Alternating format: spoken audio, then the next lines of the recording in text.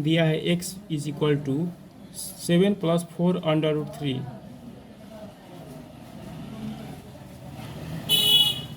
या x बराबर 7 को हम लोग लिख सकते हैं, पहले ऐसे हम लोग लिख लेते हैं 7 + 2 × 2√3।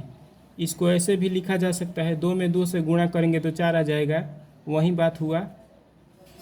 अब चलिए x इज इक्वल टू, अब देखिए 7 को 2 भागों में इस तरह बांटेंगे कि a + b के होल स्क्वायर के फॉर्मूला पर आ जाए। इस फॉर्मूला पर हमें लाना है a² + b² + 2ab। हमें 2 दिखाई दे रहा है, 2 क्लियर दिखाई दे रहा है, और a के स्थान पर 2 दिखाई दे रहा है, और b के स्थान पर √3 दिखाई दे रहा है। a के स्थान पर क्या दिखाई दे रहा है? a के स्थान पर 2 दिखाई दे रहा है, ठीक, और b के स्थान पर √3 दिखाई दे रहा है। तो हमें 7 को ऐसे 2 भागों में बांटना है कि a के स्थान पर 2 आ जाए और b के स्थान पर √3 आ जाए और स्क्वायर के रूप फॉर्म में आ जाए। तो देखिए हम इसको ऐसे लिख देंगे, 7 को 4 + 3, 4 और 3 जोड़ेंगे तो 7 आ जाएगा, ठीक, और इसको उतार देंगे 2 × 2√3 x इज इक्वल टू, अब 4 को हम लोग 2 का स्क्वायर लिख सकते हैं। अब देखिए a के स्थान पर 2 आ गया, प्लस 3 को हम लोग √3 का स्क्वायर लिख सकते हैं।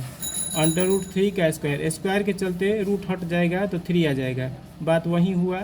और 4 और 2 का स्क्वायर करेंगे तो 4 आ जाएगा, बात वही हुआ। और इसको उतार देंगे 2 × 2 × √3। अब देखिए इस फॉर्मूला पर आ गया कि नहीं आ गया? देखिए a के स्थान पर यहाँ पर 2 है और b के स्थान पर √3 है, तो a² + b² + 2ab, a² + b² + 2ab, 2 का स्क्वायर प्लस √3 का स्क्वायर प्लस 2 × 2 × √3, इसी फार्मूला पर आ गया ना, जहाँ a के स्थान पर कितना है? a के स्थान पर 2 है और b के स्थान पर √3 है, और इसी फार्मूला पर आ गया a² + b² + 2 × a × b। देखिए a के स्थान पर इस फार्मूला में a के स्थान पर 2 और b के स्थान पर √3 पुट कर दीजिएगा इस फार्मूला में, तो इसी फार्मूला पर आ जाएगा, जहाँ a का मान होगा a का मान होगा 2 और b का मान होगा √3। इसलिए इसको ऐसे भी लिख सकते हैं 2 + √3 का होल स्क्वायर, इसी फार्मूला के अनुसार। तो x का मान आ गया, हम लोगों ने x का मान निकाल दिया 2 + √3 का होल स्क्वायर, ठीक।